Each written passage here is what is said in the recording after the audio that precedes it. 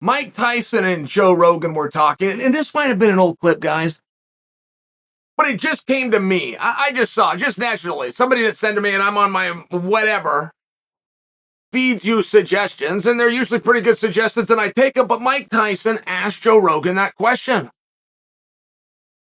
Ever for MMA in history.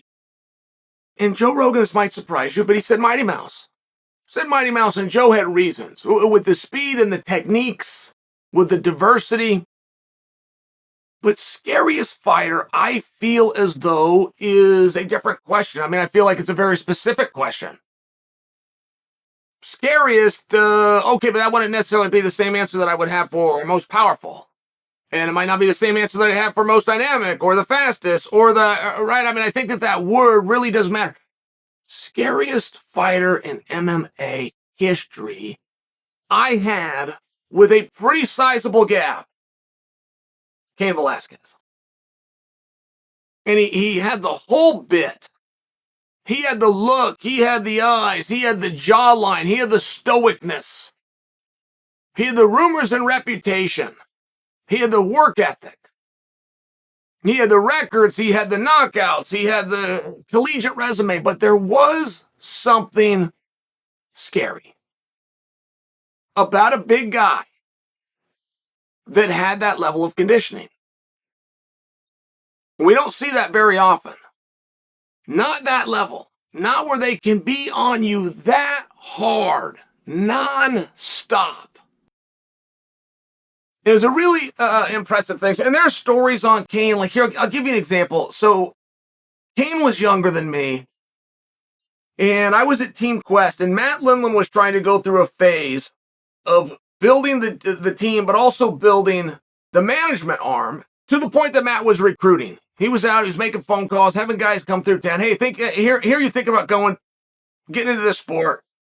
Come out here, give us a shot for a week, see how you fit in. So Matt had called, and I think Tom Ortiz was still the head coach out of Arizona State.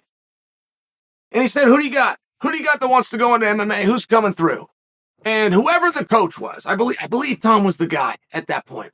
Could have been Sean Charles there. Whoever Matt speaks to tells him, well, Kane Velasquez is the only guy who's graduating and out of eligibility that's looking at going into MMA. And Matt said, well, tell me about him. I don't know much about him. They said, well, he's the hardest worker on the team. He's the heavyweight, and he's the hardest worker on the team. And Matt corrected the statement. Matt goes, you mean he's the hardest working heavyweight on the team? And the coach goes, no, he is a heavyweight, but I meant it the way I said it. He's the hardest working guy on the team. Now, that just doesn't happen. Just so you understand, that doesn't happen. And for good reason. I mean, how's a heavyweight going to do the same things that a 25-pounder does? Or a 157-pounder? I mean, how's he going to do it? How's he going to do as many pull-ups? How's he going to run as many miles? You understand where that's going to be problematic. And they said, look, he's the exception. This guy's the hardest worker on the team. There's a story, and I trust that it is not a literal story. But there is a story, and it's never died down, that Kane Velasquez goes into AKA, and it was his first day. And he's trying to introduce himself or get the attention of Javier Mendez. And Javier's working with somebody when this guy is coming over and trying to talk to him. So Javier wants to give attention, but he's doing something. So, hey, just a minute type thing, and Kane comes back. The third time that he comes back and interrupts Javier tells this guy, who he's yet to meet, he tells this guy, go kick that bag 1,000 times, and then come see me. And it was a way, just get out of here. Leave me alone. I'm doing something. And that guy went over and kicked that bag 1,000 times. Now, I understand where the details, but I do believe the theme, and I do believe something like that happened. It was that very first day, and it was something within the instruction of Javier Mendez where he took attention. Man, who's this? Those stories get around, right? I mean, there is something that's very intimidating about that. I would also have to imagine that you would have a very good argument to Alistair Overeem at some point, to Francis Ngannou now. And you want to know a popular one that I hear a lot? I didn't feel it. we don't want to hear a lot is Brock Lesnar. Brock had a very special presence, but the word here is scary. And there was something that was intimidating about a man that big, with that kind of resume, with that kind of popularity, that wasn't afraid to get in there and compete. And Brock, who came in as a Division I national champion wrestler, but he wins the championship on his feet, knocking out Randy Couture. And it wouldn't really matter who he knocked out. When you have the expectation of Brock that you are going to pin somebody down and they will never get up. You know how hard it is to get up from somebody who's on top of you? But now imagine that person has 50 pounds, has 40 pounds. There wasn't a lot of heavyweights tipping the scale at the upper end of the limit. So when you have that expectation and he comes out and he's got some power in his hands, whoa, it's a frightening thing. So I see where Brock would be in that list. I will tell you what, with Brock, he's doing his finest work right now. I'm not sure Brock's not in his prime.